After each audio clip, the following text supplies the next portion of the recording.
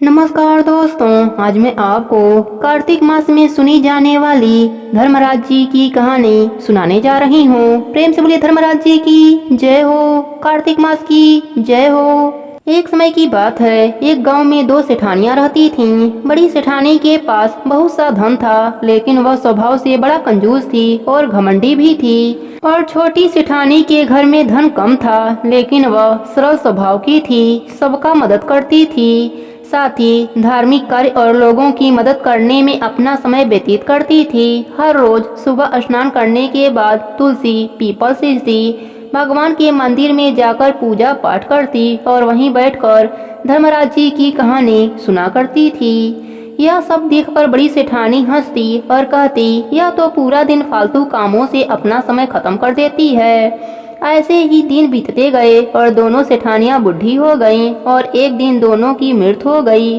छोटी सेठानी को लेने के लिए धर्मराज जी ने अपना विमान भेजा और बड़ी सेठानी को दूध मारते हुए ले जाने लगे। रास्ते में बड़ी सेठानी ने कहा कि मुझे भूख लगी है। तब दूत बोले कि यदि तुमने अपने संपूर्ण जीवन में किसी को खाना खिलाया होगा तभी हम तुम्हें खाना देंगे, अन्यथा नहीं देंगे।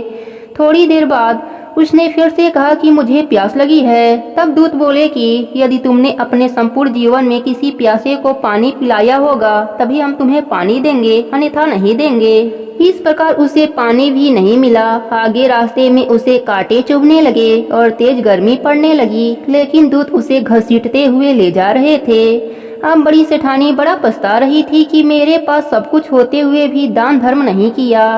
बड़ी कठिनाइयों के बाद वह धर्म नगरी पहुंची। वहां जाकर उसने देखा कि छोटी सेठानी सोने के सिंहासन पर बैठी है और उसके पास तरह तरह के व्यंजन फल रखे हैं और दास दासियां चौर डोला रहे हैं। छोटी सेठानी का ठाट देखकर बड़ी सेठानी बड़ा पछता रही थी। बड़ी सेठानी बोली, प्रभु मुझे सवा पहर का समय दे दीजिए, मैं वापस आकर अपना दंड भोग लूंगी।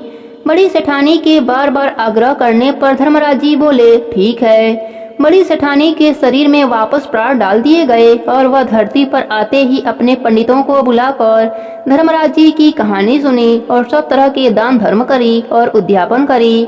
इतने में समय पूरा हो गया। अब की बार बड़ी सेठानी को लेने के लिए स्वर्गलोक का विमान आया। सवा पहर के दान धर्म और धर्मराज जी की कहानी सुनने से बड़ी सेठानी को भी स्वर्गलोक की प्राप्ति हुई। हे धर्मराज जी, जैसे आपने उन दोनों सेठानियों पर अपनी कृपा करी, वैसे ही आपके नित्य नियम को निभाने वाले सभी भक्तों पर अपनी कृपा बनाए रखना।